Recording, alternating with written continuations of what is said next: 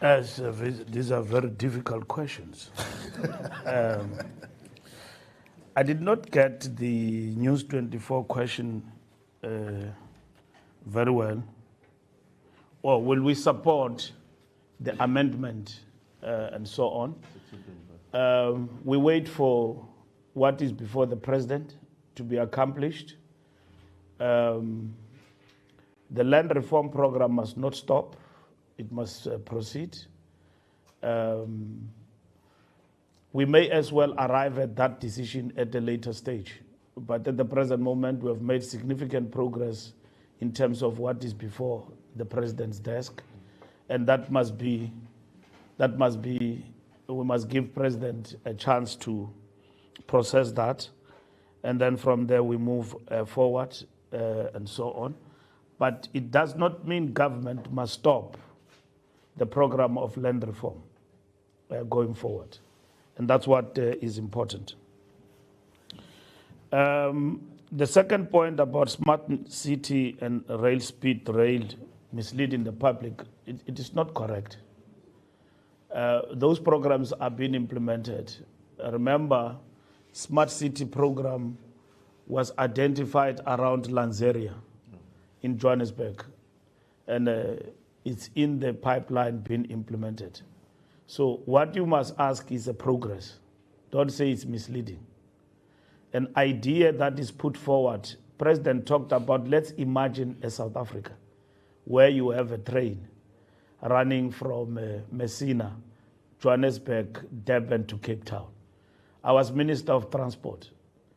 Government is at an advanced stage to procuring because it has undertaken a case study at the present moment.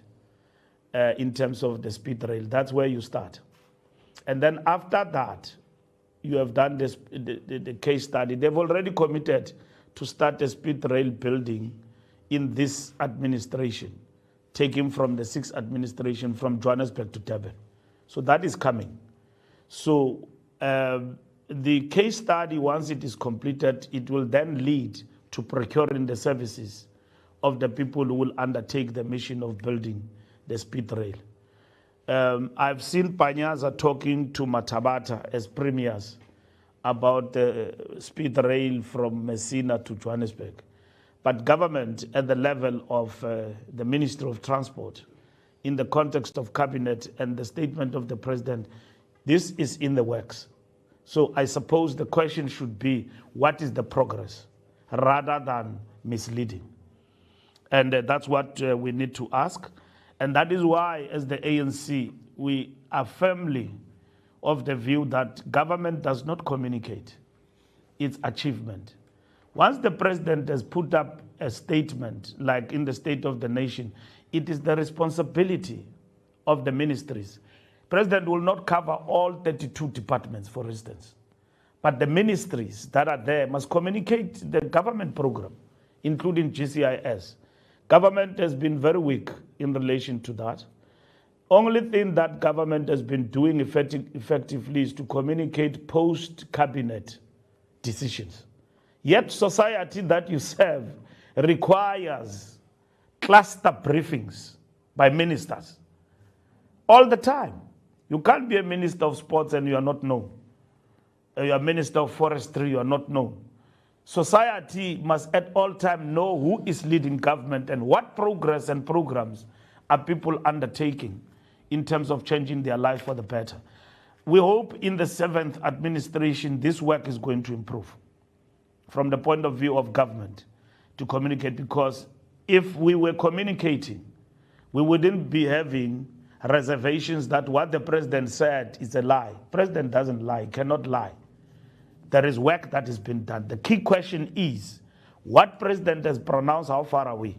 There's a lot of work that has been covered in terms of work. Umzimvubu Dam, that has been built. Senzo did a splendid job there in that department. And you will see the progress that that department has made in terms of addressing water scarcity, shortage, leaks, and all of that through PMI now. And building on the work that Senzo has already started, and a very wonderful DG in that department of water and sanitation. You will see bearing fruits and coming to fruition. So the government departments, we want to urge them as the ANC that they need to show progress in terms of the work that they do. Otherwise, we will come to the conclusion that president's speeches are misleading. And some overzealous chaps will say it's a fiction. And so, yet there is work that is being done. And when they run out of criticism, they use derogatory and insufficient criticism on the president based on lack of reportage on the part of government departments. Junior, it is very clear that there is no policy dilution. We have always said, and we want to repeat, that government of national unity is not a melting pot, in which everybody is going to agree with what we do. Do you think that the DA opposition to Bella Bill, as well as NHI, is going to stop because they are in the government of national unity? Even if they were not, that was not going to stop. But the fact of the matter is that we use the 6 million vote that we've got to proceed to implement these policies within the GNU. And we have said that look at policy, and then you then come to a conclusion of sellout. That we are basically sell out, look at the policies that we're implementing in government. What we want through the government of national unity, which is the mandate of the people, is stability. If people decide along the way government of national unity is not working for them and they decide to leave, that is their choice. You can't stop them. Government of national unity is not cast in stone. Now, this thing that some chaps were elevating as a key strategic thing, that government of national unity is gonna end. It might end, but it will not collapse. Government. You must understand the politics properly to come to a conclusion that something is gonna collapse. It might end, it will not collapse. And it is correct that those who come through government of national unity themselves will want to make a point and a statement that they are not just passengers, they are there to prove their record. But let me explain to you. ANC with 40% still has got sway over key strategic government departments to realize its goals. So it's not a surprise that President Ramaphosa reads ANC's manifesto in the statement. Why should it be a surprise? Because GNU is led by the ANC. Why should it be a surprise in KZN when Ntuli, Umpemba, the Premier of KwaZulu-Natal, reads Inkatha Freedom Party manifesto in the government of national unity in KZN? Why? It shouldn't be. That's how it should be. ANC cabinet MECs in KwaZulu-Natal will make it a point that in those MECs, they deliver and they drive the program of social transformation to recoup back the lost ground in KwaZulu-Natal so that the ANC can come back into power. Even in the GNU, and others have rejected because they wanted a marriage. We don't have a marriage. What the EFF and Zuma want is a marriage, which is not clearly defined. Worse off with Zuma. He was there, I saw him there yesterday, and they were demanding he must be recognized like a Dalai Lama and so on. I mean, the fact of the matter is that we are not about that. We are about substance, of transforming the lives of the people for the better. They don't debate the issues that the president put on the table and even argue for their case, but they are labelers and derogatory and attacking. But the fact of the matter is that the statement that the president have presented to the Republic, it's a program of action of government, and that's what we welcome. And that program of action, largely, it is based on the ANC 6 priorities. I've just, in an elaborate manner, presented that in terms of the statement, and it is out for circulation. Now, it shouldn't be a surprise. Of course, it's a political game and opportunistic purpose on the part of others to seek to define GNU as a sellout position. The purpose of the dialogue, national dialogue, which is going to proceed, is about mobilizing broader sections of South African society to give meaning to social compact of South Africa working together. Yes, EFF rejects everything. They even rejected, they didn't come to the coalition's meeting and all of that. They sent their mascot in the form of ATM to represent them there and insult the coalition conference, and then he left. So those people, you don't expect them to work for national unity in South Africa. It's our program of action. Civil society, churches, and everybody, you were there at the inauguration. What did the people say? They welcomed the government of national unity. Don't look at the government of national unity in relation to political party interest. Look at it broadly, including those who did not come to vote, by the way. Who did not come to vote, who sat down and said, I've got a grievance. My situation has not improved. I did not have electricity. I love the ANC, but I'm not going to stand up in the queue and wait and cast my vote once again. Up until they show me that they care about our interest, I will stand up and vote. And my belief in this party will be rekindled. People's interest is critical. The ANC could have gone with a selfish approach that is purported out there of just two parties and run government. It will be disingenuous to what has become. It will equally be arrogant that this party does not see that it has lost power. We have lost power 40%. And we are still in the center of social transformation. We characterize it as a setback. It is a setback that a genuine revolutionary party take serious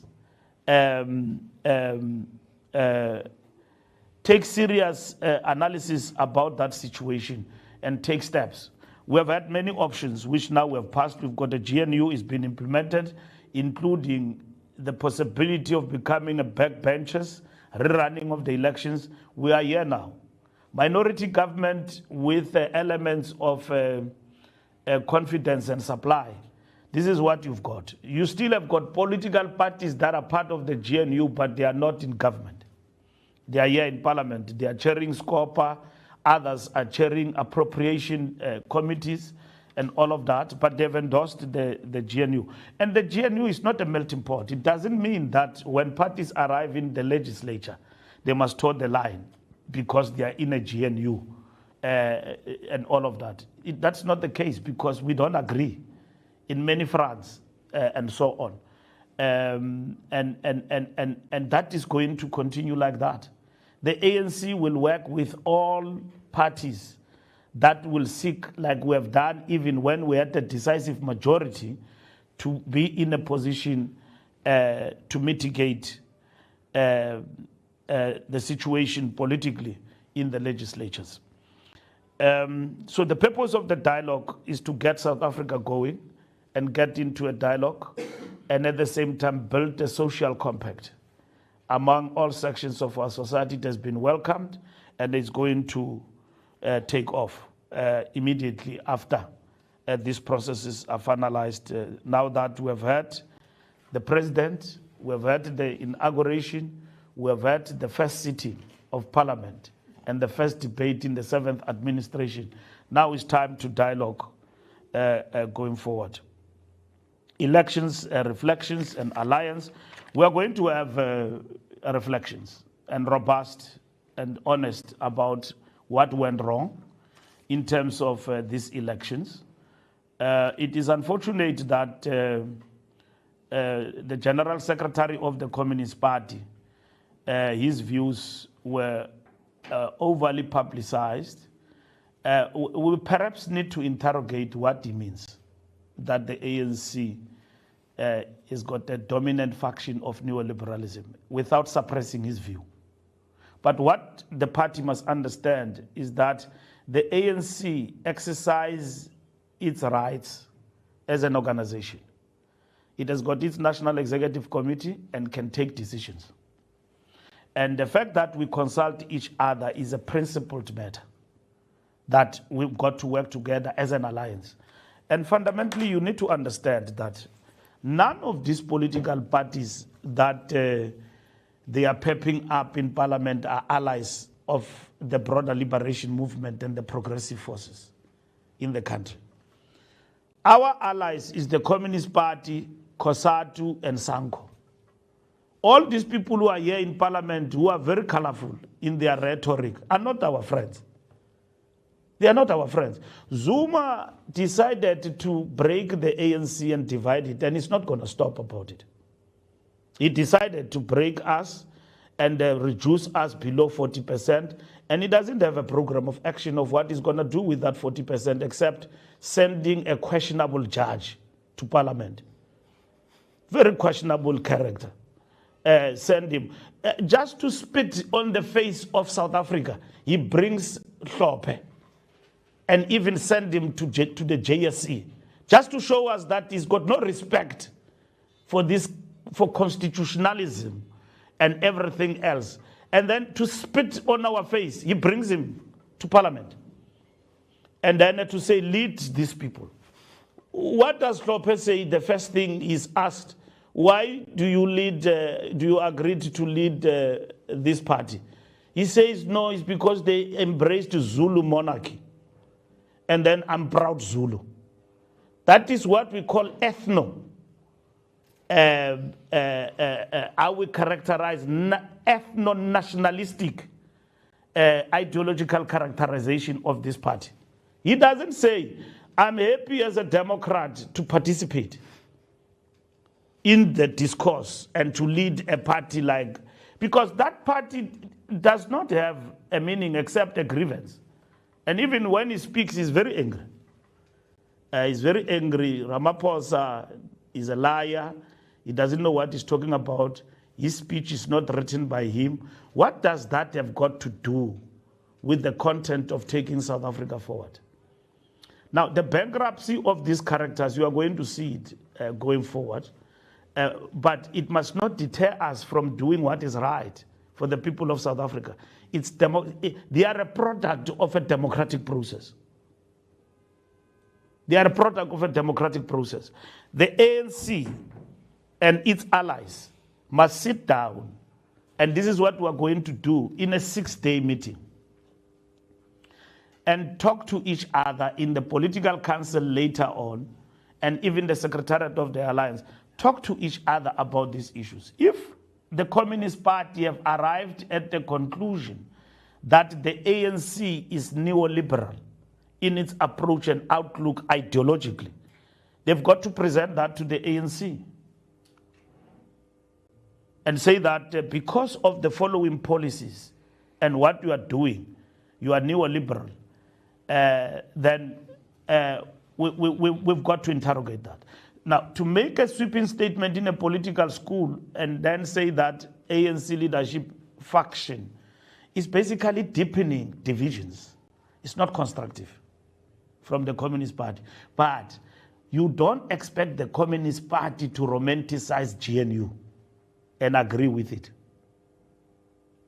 It's a very important moment where we are, and you don't expect COSATU to agree with GNU. You don't expect members of the ANC who are not in the NEC to agree with the GNU. We have briefed all our structures throughout the country. We are going now to the regions to engage them, to politicize them, and to say to them why we arrived at the decision that we arrived at. Let us not be told that because the DA is part of the GNU, it's a sellout position. Who said that if others were party to it, it will not still be characterized as such. What does EFF stand for? When they voted with the DA in the past, why are people so obsessed with the progressive nature of the... Every time EFF had an opportunity to work with the ANC, they threw us out. They gave Tshwane to the DA. They gave Johannesburg to the DA. They gave Port Elizabeth to the DA. They wanted to give eThekwini to the DA. And now you are basically told by a populist that they've got something to prove, that they can stand for. They are ideologically astute. The revolutionary insurrection, rephrase mongering, must move us. We are not moved by that. We know what we stand for. We know what the DA is. And it's not going to change us towards the DA. We know that their populist rhetoric is what they sold to our people, and they don't eat in the base of the DA, they eat in the base of the ANC. EFF does not organize in the suburbs and persuade the broader section of the South African populace that is seen to be favoring the DA to be on their side. They mobilize in our townships. They mobilize our people against the ANC. They cripple the ANC, just like Jacob Zuma. It does that. So what is so fashionable about them that if we had worked with them, it would have been a better option? First and foremost, as I conclude on that point, they rejected GNU, and then they did not know what they want from us. And two, they rejected our president. Zuma said he doesn't want our president. Today we have been asked to work with him. We said to us, if you don't want our president, he's a redliner. We said so. Today it has been distorted. These people are not even being asked what do they stand for, except the land rhetoric. We have taken the land reform ministry beyond rhetoric and gave it to the PAC. And we're going to support them to get the land back. What are you talking about? 1% seat, political party, liberation movement. We gave them a significant position in the government of national unity. If they came, they wanted to be part of government of national unity, we would have also given them positions in that government as the ANC. They said they don't want to come in. They want, one of their very colorful leaders used this terminology: you are a dying party, you are better off dying in our hands than on the other side. Now somebody comes and negotiates with you and say you are a dying party, you are better off dying with us than with the other side. And then it tells you that it's not arrogant. We said we're getting into negotiations, and we're not going to go into these negotiations with the cap in the hand. With our 40%, we will decide what we want to do. We will decide to deepen the national democratic revolution and preserve what our people want, which is what I've explained in our manifesto. That's what we're doing. We're not concerned about ideological confusion and concoction that we have been persuaded to follow at the speed of the moment. We are persuaded by policy. The minute the president and his cabinet are going to tell us that NHI cannot be implemented in our government because of the constraints of the government of national unity, then we will know that is the moment of selling out. This president of ours and his collective have given us not just a blueprint, a program of action that unites South Africa, that addresses the statement of intent that is fundamentally about the redress of our society. That's how you must judge them. And that's what is important to us. We will engage with the allies, as I've said, and it doesn't mean that Solima Paila is the General Secretary of the Communist Party has got no right to characterize the ANC as neoliberal. We are interested to know how did he arrive at that. The time of talking through public platforms and insult each other and not behave maturely as the alliance are over. I can do the same. You are saying, Madisha, I was at the NEAU conference. I dealt with politics at the NEAU. Soli spoke after me. And it was right for him to talk to the workers and characterize issues from a political context and ideologically, why he arrived at that particular thing. Now we're dealing with snippets, like gossip, WhatsApp group. And Soli clip, we don't know what he said and why he arrived at that particular conclusion. Okay, maybe because of the DA and all of that. And so what he says, we're better off to work with the others. And we can equally engage. Who said these others are better off than the DA? Because our ally is COSATU, Communist Party. All these people are not our friends. We work with them in the best interest of national interest of South Africa. And what is that national interest to us? Is stability of government, is a government that is working for the people. And then in that government, the ANC must then realize what it promised. The 6 million people and even beyond what we can do as a party. And that we can renew ourselves. We have been told that will drop below 50%. And then we fought very hard not to drop. We knew. Even our own research told us that you are standing at 43%. We even went below 43% to 40%. What does that tell you? That's why we characterize it as a significant setback. What does then the ANC do to respond to that situation? You are not going to respond to that situation by labeling. You face the truth as a party. You don't look inward. Stop fighting about positions. People are not interested in that. They are interested in changing their lives for a better. There are people in the ANC already who are obsessed about the conference that is coming. They must be stopped. They must be stopped. We are in a big problem. Big challenge, 40%.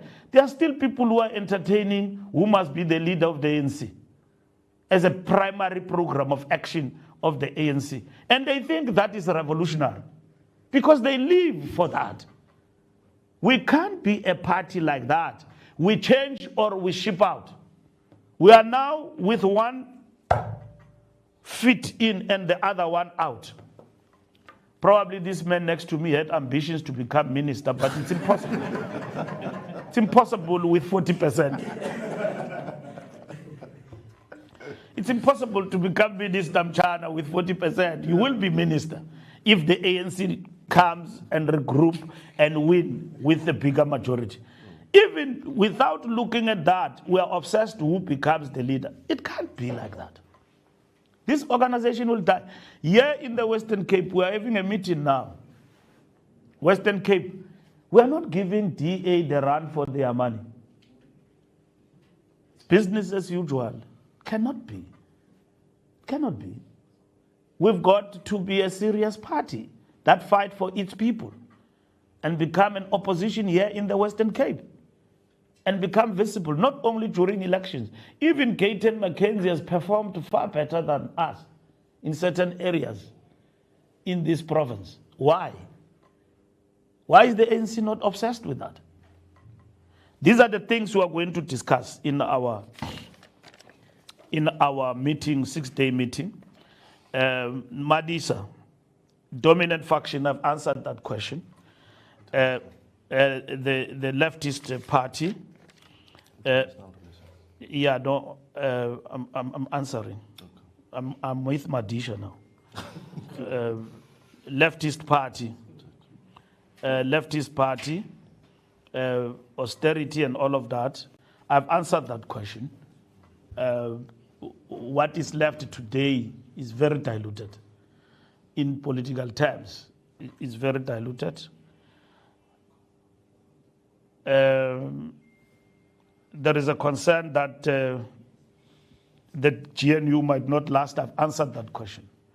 That we need to understand that the GNU may last, may not last.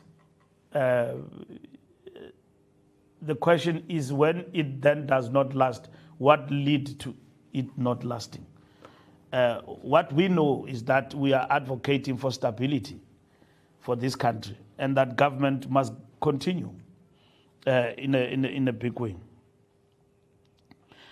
Yes, GNU to local government, that can happen. And I just want to clarify this issue about Gauteng. There is no Gauteng that defied national.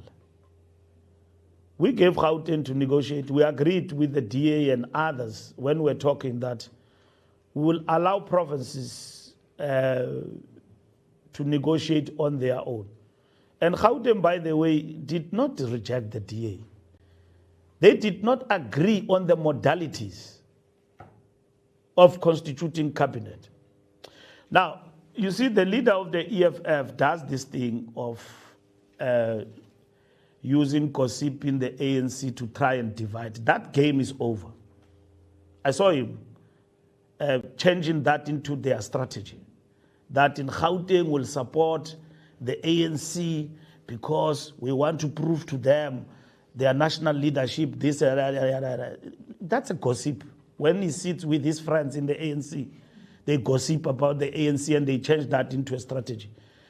That's a gossip, it ends there.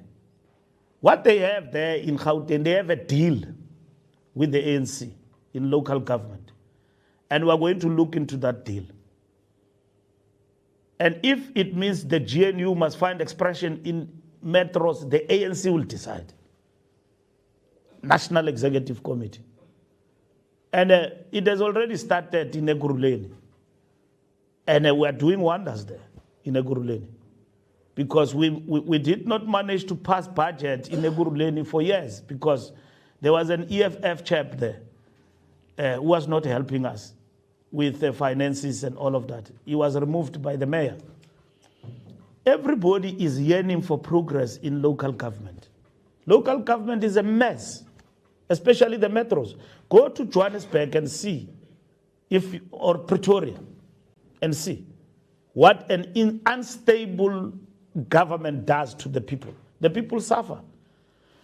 Now, it is easy at national level to have the government that we have, and then we are able to bring about stability. Even if the GNU people were to decide tomorrow, it is game over, I'm leaving, nothing will change. We'll just replace that person in government. And government will continue. It will probably move from GNU to minority government.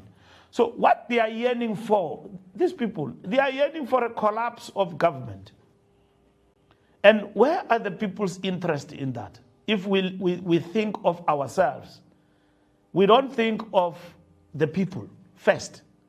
We serve that it is in the interest of this country and the people of South Africa to have a stable government. In the world, it has never happened that a government can be concluded, a president elected, and then a GNU established, bloodless, within record time. Other countries take a year, even halfway to the next election. You know, I was in DRC the other time. I was shocked when I arrived there, the president was still busy negotiating to establish government.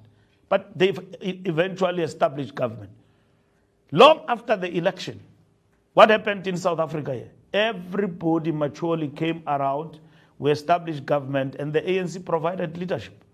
With the 40% we've got, we didn't go around and do all funny things that anyone could do in a precarious position that a party that was so dominant could do. We didn't do that. We worked with everybody, established government, and we're leading. Matamela is leading us. And that is what is important. And then the last question is, President was lied. I don't know what you mean he was lied. I think he affirmed a foreign policy.